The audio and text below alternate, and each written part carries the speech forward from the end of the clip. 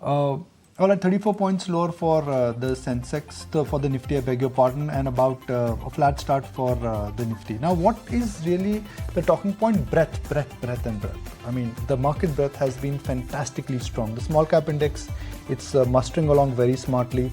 It's getting a lot of support. Before auto dispatch numbers, they will kick in for first. But this is last trading day of the week, of the month, and of the year. What a lovely coincidence, year, week and month. And there you go. You've got Nifty Auto, which is off to a good start. You've got Metal Index, which is off to a good start. Not too many newsmakers, but SBI and HDFC, they are two talking points, especially after the Reserve Bank of India, incremental changes which will happen to their ratios. But no market reaction per se. So it's a flat start. I mean, you could say that छुट्टी पे जाने वाले चले गए because the market volumes have already started moving here and there. It's been it really could be a dull day of trade for market per se. Globally nothing has happened, locally nothing has happened. Volumes may be dipping down. Even though it is the first day of FNO expiry, the screen is not really vibrant enough to make you believe that the first day of FNO expiry is going to be such a flat start, so to speak. Yeah, dull is the word to use for the market right now, and it's IT pack which is actually starting on the back foot. So Persistent, Infosys, Tech Mahindra, TCS, they're all down in the trading session. Not a great mood that the banks and the NBFCs are in as well. So Muthoot, Bajaj Finance, these are the stocks which are losing out. AU Small Finance Bank, SBI, not doing much at all. You also have energy names which are actually retracing the gains that it had made yesterday. Let's pull up HPCL and see what it's doing. BPCL and IOCL are definitely in the red, but let's track what the other sectors are doing at this point of time. I can only see real estate as one of the packs which is holding up in the green. From the broader markets then, Kalpataru Power definitely deserves mention on account of that 9% gain and coming in on the back of good amount of volumes right now. That large order win is something that has the street excited. Tata Consumers have at 2.5%. That effective date of merger of the two companies which has been out is suggesting a 2.5% up move. And N. Chandra also in his New Year letter did talk about how the consumer businesses need to up their brand game, and that's something that should be working well for Tata Group.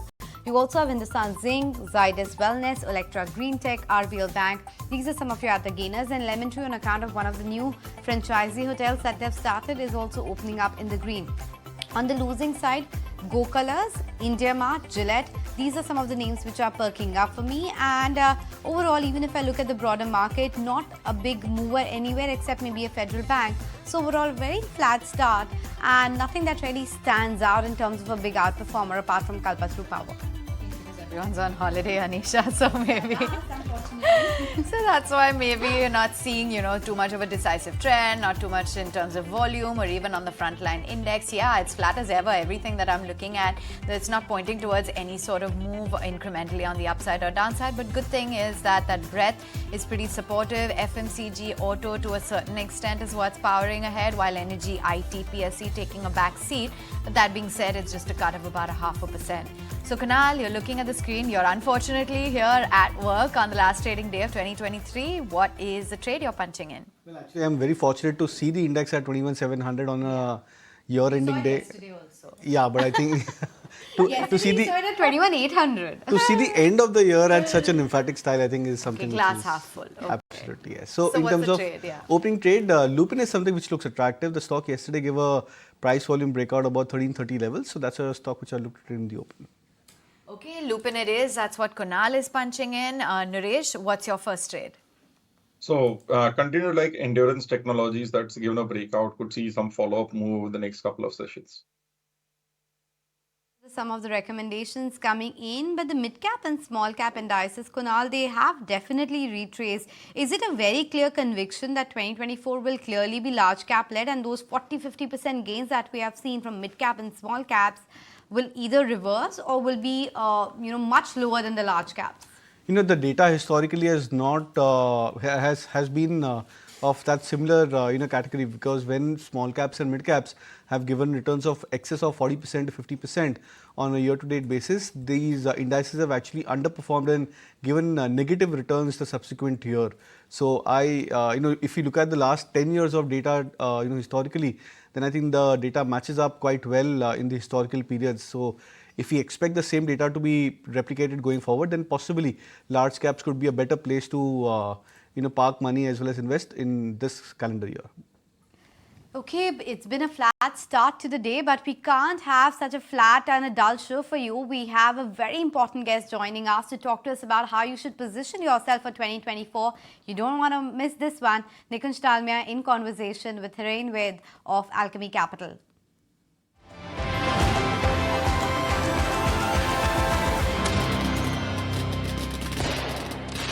Well, 2023 was a year where everyone has managed to beat the odds. From Bitcoin to gold, from small cap index to the kind of action we've seen in the bond market. There was hardly any wrinkle, so to speak, as long as you stayed invested. The only thing I would say has underperformed in 2023 is actually cash and disbelief. If you're sitting on cash, well, you've not participated. If you're in a disbelief and if you're worried about Newton's law of gravity, which is that everything that goes up comes down, then you underperform. So will the party continue for 2024? Are we in for another good year? How is the line of sight looking ahead of elections, and what are the spots of concern and where are pockets of opportunity? Let's take that conversation forward with none other than Hiren Ved of Alchemy to understand that what could be his template of investing for 2024 could be. So what a fantastic year it's been. I mean, you've been investing for so many years, more than 2.5 decades now. I think 2023 in a sense has been a record year of all sorts. Yeah, it does. I mean, because 2022 was so tough, right? The small cap index was down 14%. Nifty was up only 4% or 5%. So obviously when you come off a low base, things look pretty good, and I think the first quarter of this calendar year was not that great. So we started Feb-March at a low, and then from April we've seen a significant lift off.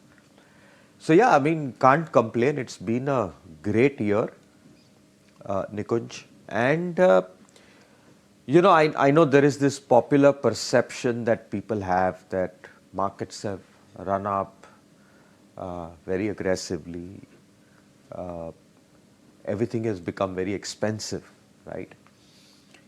I mean, yeah, when you have this kind of an unabated run, 7-8 months on a trot, there are always some areas where there could be euphoric moves.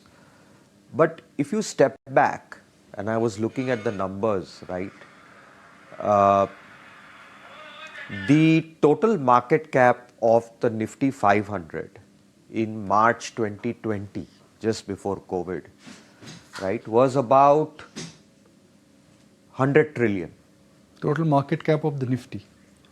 Nifty 500. Okay, Nifty 500, okay. The top 500 okay, companies yeah, of this country, right? point, Which is a fair representation of, it's like 85%, 90% of the market, right? Was about 100 trillion, 100 lakh crore, right? Today, where we stand, it's at 325 trillion. Okay. So we've seen a market cap increase of 3x. In just 1 year? In about 3.5 In 3.5 years. From COVID? From COVID. Low. Just, okay. 31st March 2020 to December here, right? So we've gone up 3.25x as a broad market. And in that, COVID shutdown, COVID recovery, wars, interest rate, oil prices, you name everything, right? Now, interestingly, if you take the total aggregate profits of the top 500 companies in March 2020, we were at about 3,63,000 crores, roughly around, let's say 4 lakh crores to round it off, right? First half this year, we did 6.5 lakh crores. If I just annualize it, usually the second half is better in India, you're talking about 13 lakh crores. So your aggregate profits of the top 500 companies have gone from 4 lakh crores to 12 lakh crores, 13 lakh crores. That's 3.75x. So where are we talking? So markets are very rational, right? Markets, the total market cap is up 3.25x. earnings are up 3.75x. So at a broader level, I don't think markets are overvalued because they have followed the earnings growth trajectory. But after many years, if you convert that into a CAGR, we're talking about earnings CAGR of 30% plus and a market cap CAGR of also 30% plus. Where have we seen that? We've not seen that for many, many years. And that's why this perception has come in. But I think the story of India, if you ask me post-COVID, is the massive recovery of earnings. Now you can blame it on anything, whether it is banks, NPLs going away or whatever it is. But the fact of the matter is that earnings have gone from 4 lakh crores to 14 lakh crores is not a joke. So I'm not complaining. I mean, I think that there is a certain rationale.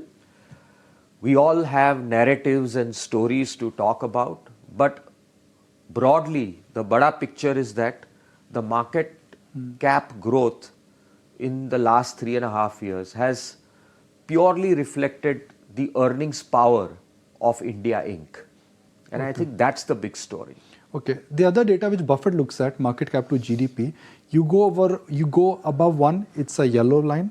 You go above 1.5, it's a red line. Yeah. The market cap to GDP ratio in India is at about 1.1 to 1.2. And large cap stocks have not participated. Yes. Every time when you've gone to 1.5 or 1.4, the end game has been rather disastrous. Whether it's happened in 2008 or it has happened in 2000. Is that a concern now? That we may look at the CAGR growth and talk about the small cap index in the broader market, but on an aggregate basis, markets represents a sum total of earnings and market cap, and which is where I think we're in line with GDP now and above the GDP. So the financial economy right now has become bigger than the real economy. Let me put it this way. So I'll tell you, there is a reason, and specifically in the Indian context, I think now market cap to GDP will be higher is because a lot of your GDP earlier was in the unorganized category, right? Which was not represented in the stock market. Post all the reforms that we've seen, GST, IBC, the broadly the cash economy in the business has come down dramatically. And a lot of that has become formal. Once it's become formal and a lot of that is listed, then it starts getting represented in your market cap, right? So yes, we are above 100% market cap to GDP, but we are not at 150 or 160%, right? So if you go back to our 2008 peak, probably if my memory serves me right, it was 148 or 150%. Yeah, 1.4. Yeah, 1.4, 1.5 is where you picked out. 1.5, yeah, right? Picked out. If you look at the US today, it's at 1.7. Yeah. And US has consistently traded above 140, 150, right? So yeah, I mean, you are not very cheap at all by any standards, right? But when do you get cheap? You get cheap when there is a crisis. We were cheap during COVID, but you can't expect every year because you want to invest money, the market should be like dirt cheap, right? So those opportunities come once in 5 or 10 years when the market really, when you'll get market cap to GDP at 60% or 70%. But those are factors that you can't predict. So at 110, I think it shows that, it's a healthy ratio. We are not way overpriced, but neither are we in deep value territory either, right? I think we've followed the earnings. So can I say Indian markets are like a sea-facing flat at Nariman Point? It will always be at a premium because there is scarcity for that kind of a view. And that is India for you. Yes. Once in a while, once in 3 years, once in 5 years, because of external circumstances like geopolitical tension or COVID, there could be a fire sale. Yes. But in general, the approach has to be that India, in terms of in positioning, is a sea-facing flat and Nariman Point, which will trade at a premium. Absolutely. Okay. I have no doubt about that in relative terms, India is better placed. Our macros have never been that good. And India Inc.'s balance sheets are delevered, earnings capacity has come back. So why should we trade at a discount? I mean, there's no reason to do that, right?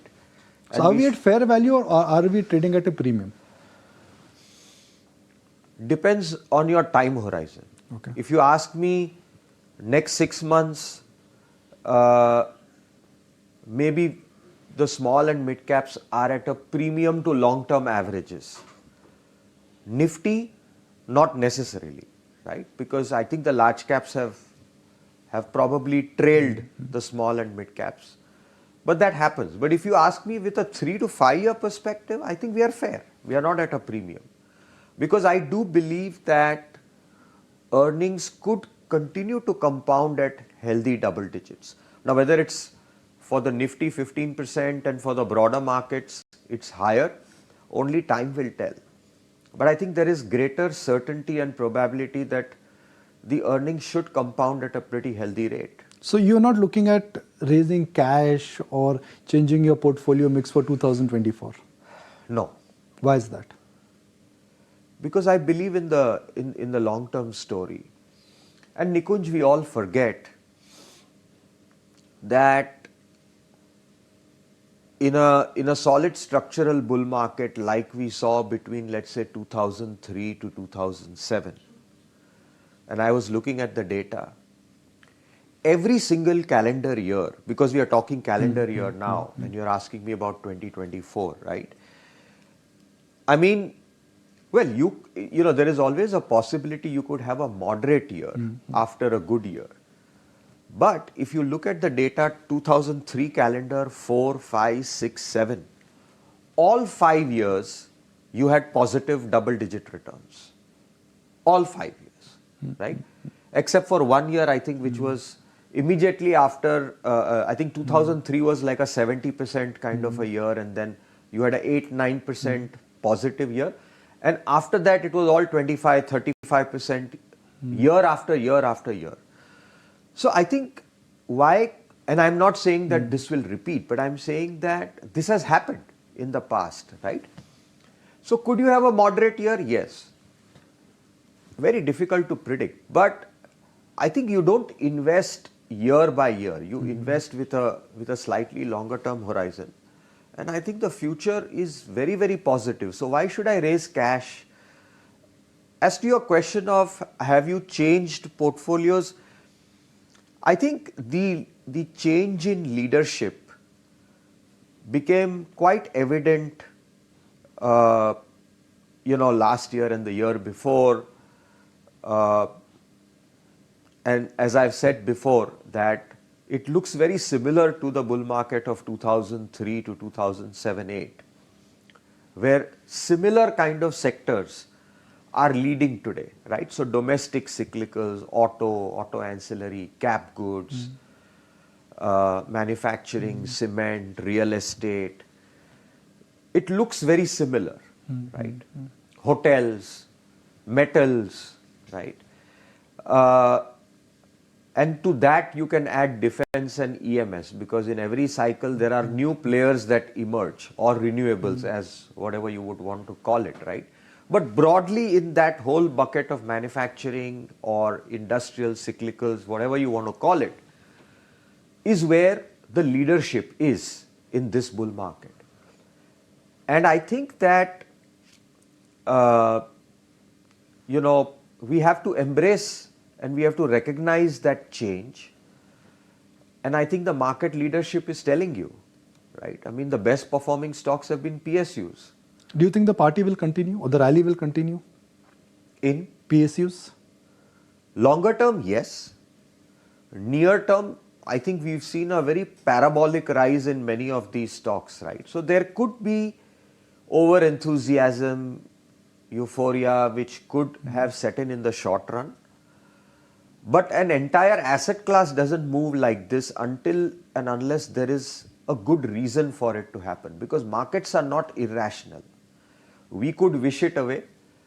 PSUs have been a bad name for a long time. The ugly ducklings have become the swans now. Let me put it this way. Well, Mr. Modi, on the floor of the House, told everybody that don't ignore PSUs, right? So it's at our peril that we ignore it. So I think yes, longer term, the way their balance sheets have improved, I think general policy has been quite supportive to creating value in PSUs. But again, I would not have a broad brush that just because you're a PSU. Today what's happening is that anything that is a PSU is going up, right? I mean, like, that's not going to sustain. What do you like in PSUs? Where have you invested? So I'll tell you where we have invested is largely our participation has been in defense. Okay. Right? Because that was a very clear area where unlikely that while the private sector will also benefit from greater participation, but I think the big monopolistic players are always going to remain the big PSUs, right? So HAL, the BELs, the BDLs of the world, you're not going to be able to replace that for strategic reasons. It's not going to happen. So I think that's, to my mind, where we've participated the most. We do have some exposure to the renewable financiers. PFC, RFC both? Yeah, in our offshore fund, we have some exposure to REC and NTPC. But I think our quant strategies have wholeheartedly participated in the entire PSU pack, right? Because, you know, quants don't have any emotions, they don't have past biases like we have as active investors. It's very difficult to switch gears. Though on the active side, as I said, we have participated largely in defense, but our quant strategies have done phenomenally well by participating in the PSU pack. At what would be the tipping point at which you would say that I'm going to grab my gains in PSUs? What is the matrix you would use? Would you use valuations as a matrix? Would you use the environment as a matrix? Till how long do you think this rally will continue? Look, I think these kind of leadership doesn't get over in a year, 2 years. There may be ebbs and flows, but typically these kind of trends last multiple years, right? So I don't want to call it a top as yet. Now, as I said, there could be temporary valuation overreach that could happen. I think it's very simple. You need to not get carried away by the narratives, and you got to look at fundamentals. So I think even within, whether it's PSU or private, finally, if earnings growth and cash flow doesn't come through, then none of those market caps are going to sustain. And if they do come through, and I think broadly you could argue still that barring a few areas, PSUs relative from a valuation perspective were still cheap, right? Okay. PSU banks were cheaper. There are a lot of other PSU stocks which were relatively cheap. But I would be very careful and not, assign the bullish fervor to every and any PSU. Sure. What were your top 3 mid-cap holdings at the beginning of 2023, and have they changed as we move from 2023 to 24? I think amongst the mid and small caps, well, some of them have now become large caps. So as you know, for a couple of years now, we've been bullish on the ER&D space. So, KPIT, Tata Elxsi, Dynamatic Technologies. We've been holding it for 15 years now, right? It was a micro cap, and now it's a small cap. We hope at some point in time it will become a mid cap and grow. But I think the inflection point has come. We also participated in. It's another theme that we like quite a bit, which is luxury consumption, right? So we have exposure to stocks like Ethos and KDDL, which is the parent company, which we've been holding for a while, been quite bullish on it for a while. These are still small cap stocks. And I think that we continue to hold that. We don't, small cap investing is also a long term game, right? So you really have to stay invested in many of these companies for years together. I mean, Varun Beverages was a mid cap when we invested in it. It's now become a large cap company. So we haven't changed much, if you ask me. Have you participated in any of the recent IPOs, and have you allocated disproportionate amount of money? No. You I think avoided all we've- the recent IPOs. I think we've just Even stayed Tata away. Technologies. Huh? Even Tata Technologies, because it's a play on Tata and technology, and it is like a bada bhai of KPIT, if I put it so, openly. No, we did not, because again there was too much euphoria, right? After a long time, you had an IPO come from the Tata stable, and for us, we were happy because we had exposure to Tata Elxsi, which, by the way, I feel is a far superior business. Both KPIT and Elxsi are superior businesses to Tata Technologies. Not to take away anything from the potential of Tata Technologies or the quality of the business, but I think, the margins tell you the story, the growth tells you the story, right? But I think over time, people will realize that KPIT and Elxsi are far superior companies than Tata Technologies is. Hiren, one of the very basic approach any investor has now is that you look at P multiple. There are websites which give you both trailing and forward P multiple. Some of the mid-cap stocks you own, they cannot be called as cheap stocks. For example, whether it is KPIT or whether it is Ethos or whether it is Dynamatic Technologies, P multiples are north of 30 times, 40 times, even 50 times, depending on the estimate in the company you're looking at. But you are not in a hurry to sell. So when you look at long-term investing, how much importance do you give to this very basic, thumb rule of P multiples? See, Nikunj, I think the lessons we've learned is that PE multiple is one way to look at valuations, right? Especially when you're investing in smaller companies, you need to look at the absolute market cap and the absolute profit and the size of the business today versus what you believe it could be, right? Now, it's very different in a large cap company where you can't expect profits to double, triple and go up 5x. But it could happen in a small company where optically for current year or next year or maybe the year after that, it could look at 30, 40, 50 P multiples. Give us an example so that our viewers can relate to that. You said, okay, P multiples were expensive, but you ignored it and your conviction has rewarded you. No, again, I don't want to give names, but just to be discussing a case here. I'm saying let's take an example. If a company has today, let's say 50 crores of absolute profits. Okay. And let's say it's trading at 50 times. Okay. Right? But if the business is at an inflection point and if you believe that, let's say in the next 3-4 years, the 50 crore profits could become 200 crores, 3x or 4x. What value is that 30 or 40 multiple, right? But very different vis-a-vis, let's say, a company which has profits which is, let's say, 5,000 crores and can't go to 15,000 crores in 5 years because of the base effect, right?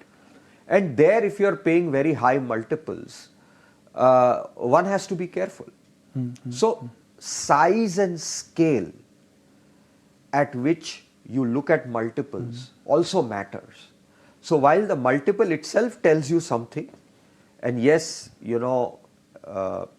one has to be very cognizant, but I'm saying that you can ignore these multiples if you believe that profits can go in multiples of where they are today. And I think that is very important. But I agree with you that, things aren't cheap, very difficult to find stocks. You typically tend to find value only once you've hit a crisis, is when you really get things cheap. Right now, very difficult. So what should be a very basic portfolio approach for 2024? They say that you don't get good price when there is cherry consensus. Our good old common friend, late Rakesh Junwala, he would use this line that bull markets always climb the wall of worry, they come down on ray of hope. And I see a lot of hope around. When there's a lot of hope, it means shady consensus and bad pricing. Are we in that stage of the market? Well, Nikunj, it's, it's good to be skeptical, it's good to be cautious. Yes, there is consensus, belief. But that doesn't mean that we can't have a fantastic bull run, right? People forget what happened in Japan. So don't be contrarian for the sake of being contrarian. Yeah, just don't. I mean, I just detest the fact that just because we've had a good year, right, we should become contrarian and raise cash. Yeah, but be cautious, don't get carried away. Have reasonable expectations of returns. And you could always have a tough year, right? I mean, who expected 2022 to be tough? The world is a dangerous place. We're seeing a lot of geopolitical events happen. But, I don't want to be bearish just because it sounds to be good, because after a great year... Sounds intellectually right to be bearish intellectually right now. right? I mean, I think we are in a good phase of the market. Let's be confident and prepare for the worst, right? And I think ultimately the best insurance policy, I tell my clients, the best insurance policy that you have against any unforeseen risks is the inherent quality of the companies that you invest in. Because even if there is a temporary fall in value, it'll come back. But if the inherent quality of the businesses is not great, then you could have a permanent loss of capital, which is what you don't want. You don't want permanent loss of capital. Temporary loss of value is possible in the market. You can't wish that away. It's part of the game. Now, if you tell me after a 60% rise in small caps and a 40% rise in mid caps, are we going to repeat something like that? Well, you could argue no, right? But as I said, if you look at the numbers from 2003 to 2007, every single year was a double-digit return. So it could or it could not be, but I think I continue to be extremely bullish for the next couple of years. There is no reason to be bearish. You should be mindful of what you buy, at what price you buy, and I think you'll have to keep a long-term horizon but I think the kind of wealth, Nikunj, that we will make in this cycle is going to be unbelievable. Is there a number you're chasing? I don't know. I don't want to, the fun in this is to play the game, right? But Gordon Gekko said on Wall Street, every man has a number. What is Hiren Ved's number? About what? I mean, every man is chasing a number in life. I have no number. Right? No numbers. No numbers. Let's wrap it up with just two final questions. Where do you see a 20% earnings visibility for next 5 years? It could be between 15 to 20% kind of an earnings visibility for next 5 years. CAGR.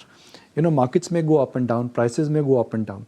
So whether earnings they move first or whether it is prices they move first, that's how markets would move. But in your portfolio companies or in the companies which you own, where do you see a 15 to 20% CAGR visibility for 3 to 5 years? Just three names. I won't give names, but I'll tell you areas that look, I think discretionary consumption at the top end, if you have a good company, I think you can compound at 15-20. What is good company at the top end of discretionary spend? Because there are a lot of ways to perhaps bet on that theme. You bought into Indian hotels, you bought into Ethios, you bought into a lot of other discretionary. See, Indian hotels, again, these are names, so, all SEBI we'll have the disclosure, of course. That we have investments in these companies and people should do their own research. But, liquor companies, I think real estate, if you ask me, real estate is coming out of a 10-12 year bear market, right?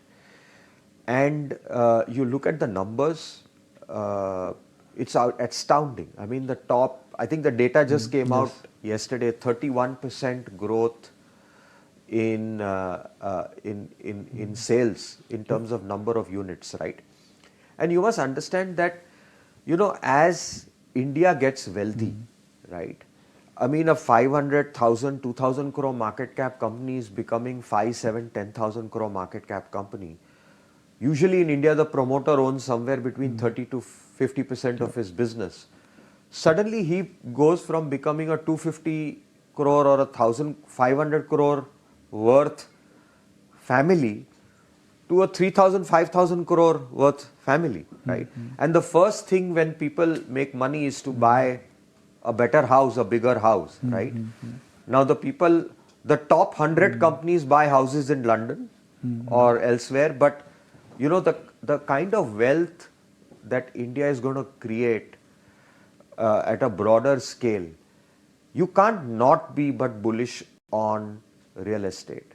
Right? Real estate, discretionary spend, within that tourism, hospitality, experience-based businesses.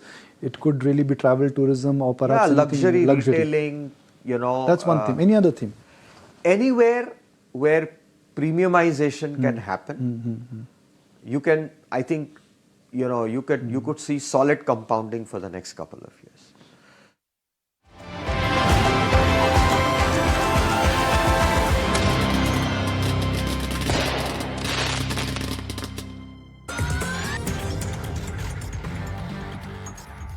Welcome back. Well, the market is not in a great mood. It's just ending the year rather with a bit of a weak note because the index is around that 21,730 thereabouts. The bank Nifty is a bit tempered, so not big gainers at the moment at this point of time. But one stock which has actually done quite well for itself since its listing, which wasn't a very long time ago, was Cello World. Gaurav Rathod, the Joint Managing Director at Cello World, is joining us to talk to us more about how 2024 is likely to pan out going forward. Hi, thanks so much for making time and speaking with us, Gaurav. New Year's and season's greetings from the 18-hour family to you. Talk to us about just that. What do you think the prospects look for 2024? How is it going to be different than 2023? Hi, good morning. Thank you for having me. I think 2023 overall, from the consumer market side of things, has been muted.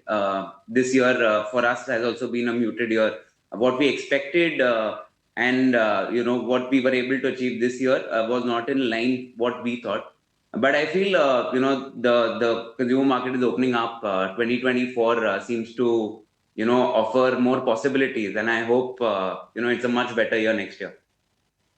Much better. What could be the volume growth for you and the revenue growth? Will you be in those high teen, 15 to 20% mark, you believe, in the next coming 1 to 2 years?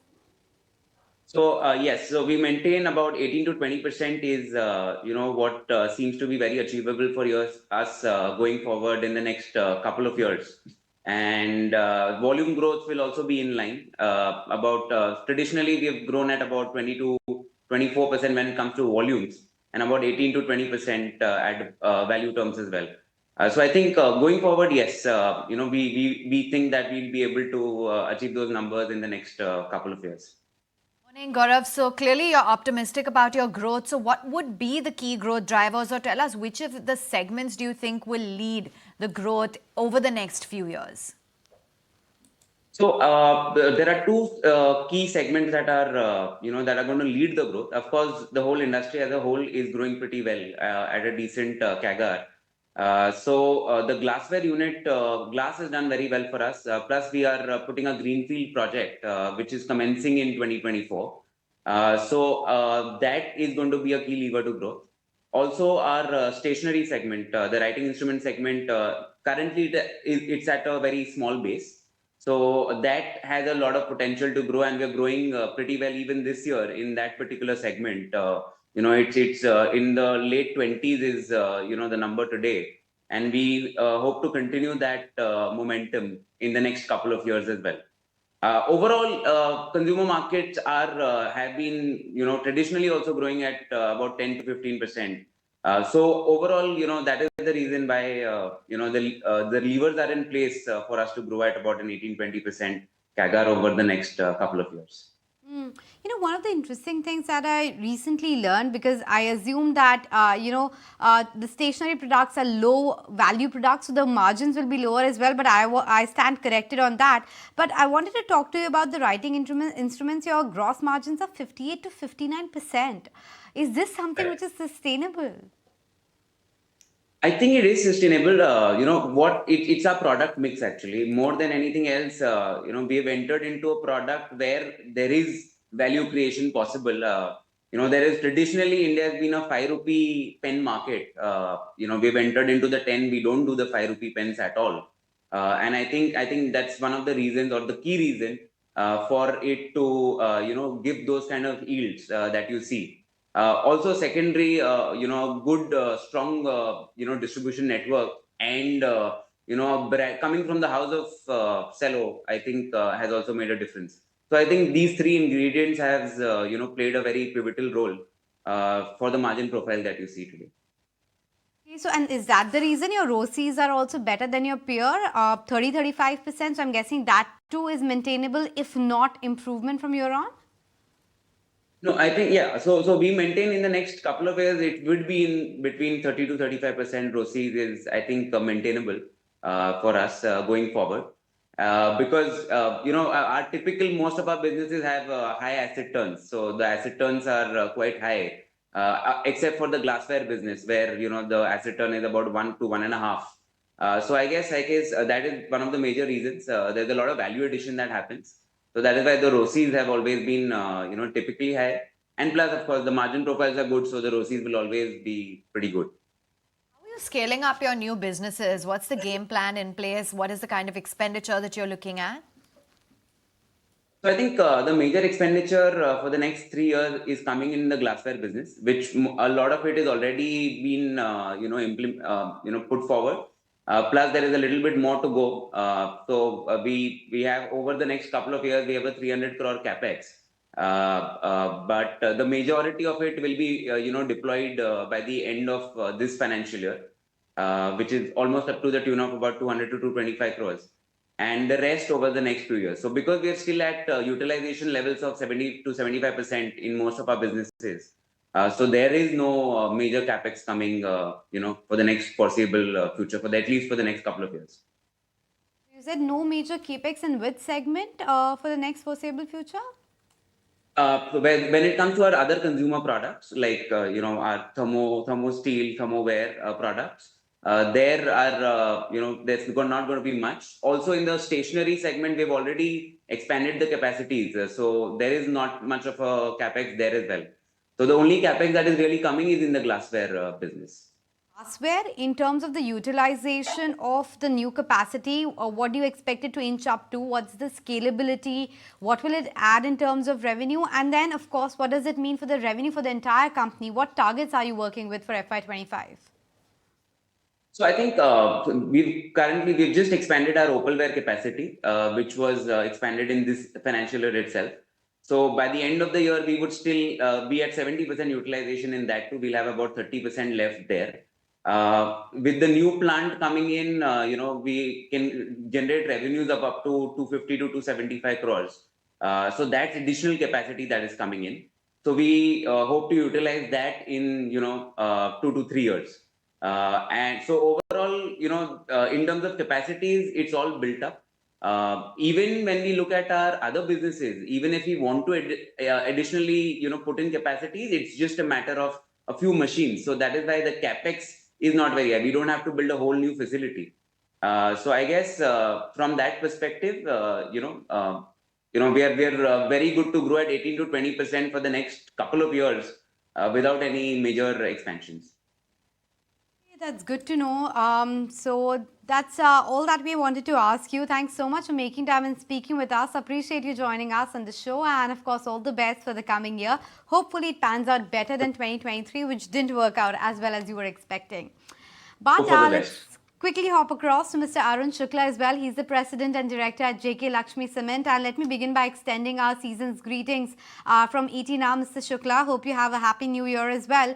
But do you think it's going to be a happy year for cement companies as well? Because the report suggests price declines really continue for the cement pack. There hasn't been much improvement in demand, at least for the last few weeks and months. Is there something else that you are listening in, or is the ground reality different, Arun? Thank you. Thank you so much. Good morning and Happy New Year to you as well in advance. Yeah, this quarter, I think October demand was good for cement. November was not that great because of festivity. December, latter part of December demand is good. But yes, I think you're right. Prices have gone down in the month of December. October, it was good. November was stable, but December prices have gone down a little bit. So overall, I think this quarter is still going to be better than last quarter. If you take, last quarter, price level and this quarter price level is going to be little higher in terms of, a net price. And of course, because of the cost softening up on fuel front, things are going to be little better than last quarter. So yes, it's going to be, reasonably good Happy New Year for cement industry. I just wanted to scratch that point further. Analysts say that the prices have declined almost 2 to 3% on a month-on-month basis, though even quarter-on-quarter, it's still higher by 2 to 3%. Are those numbers right? Because directionally what you said made sense, but are these numbers right? Yeah. Yeah, I think, overall basis, quarter to quarter basis, yes, there has been some improvement on prices front. December was down by 2-3%. Morning, I just wanted to understand what the outlook is, in terms of demand momentum ahead of the general elections and what it is that you're expecting. Do you think that we will see a smart leg up? Yeah, demand-wise, things are going to be good because typically if you see cement, which is, some kind of, cyclicity involved, January to June is going to be good. That is what I believe. And once monsoon sets in, then demand would go down. So I feel that next 2 quarters, last quarter of this year and first quarter of next year, demand-wise things are going to be good, despite a general election somewhere around maybe around second quarter of next year. So are you then sticking to the volume growth guidance of 12 to 15%, or do you think that you will do better than that? Because if I have it right, you started the year with a close to 20% volume growth guidance, which you trimmed down. Will you maintain 12 to 15%, or you're looking at improving it? So I think demand is going to be around a double digit for sure, 12 to 15%. That is what I believe. So that is what I still maintain, that demand is going to be around that. And since last second half is good demand wise, so I suppose that we are going to be doing better than industry growth. So when you're saying that the demand is good, does it mean that at least as we head into 2024, the pricing power will come back? And I ask you that because I'm trying to understand, when will you hit that target EBITDA per ton of 1,000 rupees? Yeah, so as I told you in previous conversation also, our journey towards this 1,000 rupees EBITDA is on, and we have progressed very well in terms of the efficiency which we have brought in our supply chain and in manufacturing. We have done quite a bit on top line front also in terms of different mix which gives a better margin to us. So progress is good, and if you really look at the bridging up which we have done in the maybe last I would say 5-6 quarters with respect to the leaders in terms of margin, I think has been quite good. I'm happy the way we are progressing because the gap between leaders in the industry in terms of margin and JK Lakshmi margin has gone down quite substantially. And I believe that the way we are progressing on different levers which we have been acting upon, we are going to reach that 1,000 rupees anchor EBITDA very soon. Very soon, you're not sort of pinpointing a target. So would that be Q2, Q3 in the next 18 to 24 months? If you could just give us some sort of a clarity on that timeline. So I think next maybe 2 to 3 quarter, I think we'll hit that number. Okay. What about your consolidated capex? 1,200 crores, I believe, slated out for FY24, 600 crores for FY25. What exactly will this be utilized towards? Yeah, so as you know that we have already commissioned our 1.5 million ton clinkerization unit at Udaipur, one of our subsidiaries, Udaipur Cement Works Limited. So that capex was involved towards that. We are going to commission 2.5 million ton cement capacity around March 2024, which is last quarter of this year, financial year. So I think major capex goes towards that, and apart from that. We have been doing quite a bit on renewable energy front. So just to let you know that one of our integrated unit in Chhattisgarh, we have obtained about 80%, more than 80% of renewable energy. So I think capexes are being devoted towards capacity enhancement, and also some of the efficiency improvement in terms of renewable energy, WHR, and some of the operating capexes.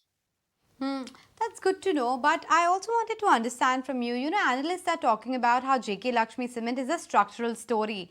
You talked about the kind of improvement that you're doing, the narrowing of the gaps on the EBITDA per ton as well. But what do you think the next 3 to 5 years will mean for the company? What are the strategic priorities you have set for yourself? Anything that you can talk to us about in terms of the roadmap for next 3 to 5 years? Yeah, so we are planning to reach to 30 million ton by 2030, and we are well on track. We have already started, enhancing our capacity at Surat grinding station. So we are going to add another 1.35 million ton over and above 2.5 million ton, which we are adding up at Udaipur, right? We have already, as you know, that we have obtained mining lease license at Nagaur in Rajasthan and Kutch in Gujarat. So there also we have started our job. So our plan is to go to 30 million ton by 2030. Even I believe that we'll be able to achieve even before. We are also we have planned to kind of explore possibility of expanding our capacity in East, because whatever capacity we have in East we have already kind of utilized. So that is also there in the offing. So maybe in coming months, I think we'll just see if at all we can start second line at Durg as well. So we do have a plan of going to 30 million ton. Apart from that, our major focus is on renewable energy. We are at about 40% of renewable energy as of today. Our plan is to take it to 80% plus in coming years. We also have plan to go very aggressively on alternate fuel, which is non-fossil fuel, because climate change is a big topic nowadays, and we are very conscious about it. As a corporate citizen, we have a plan to go to carbon neutrality by 2047. So for that, we have already prepared our roadmap. So I think these are the priority area: growth, reaching to 30 million ton, working on renewable energy, non-fossil fuel uses, and of course, efficiency improvement to go to 1,000 rupees EBITDA. So this is what the priorities which we are working on. And yes, sustainability is not only a big talking point, but a big need as well. So kudos to your efforts there.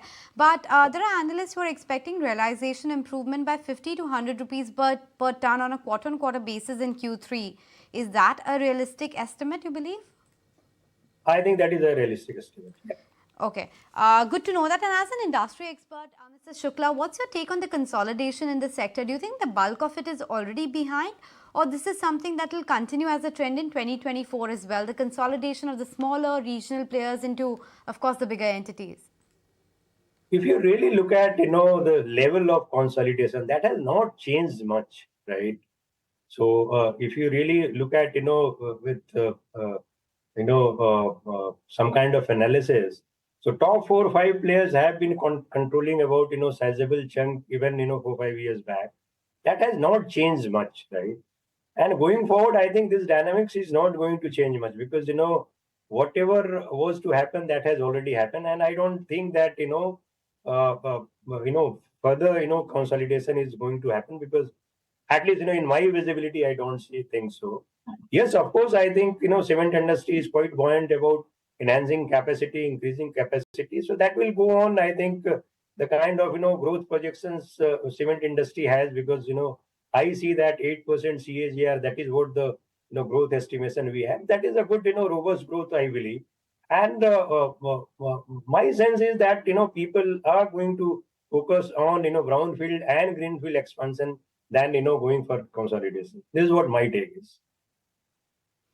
Okay, point taken. Thank you so much for highlighting for us your growth targets and giving us a sense as to what the year ahead could look like for JK Lakshmi Cement. Here's wishing you a fabulous new year ahead. Thank you so much. Happy New Year, everyone. Thank you so much. Thanks for inviting. All right. Tell you what, we'll take a very short break then right here on the show. Stay with us. Lots more lined up when we return. 21,701 on the screen.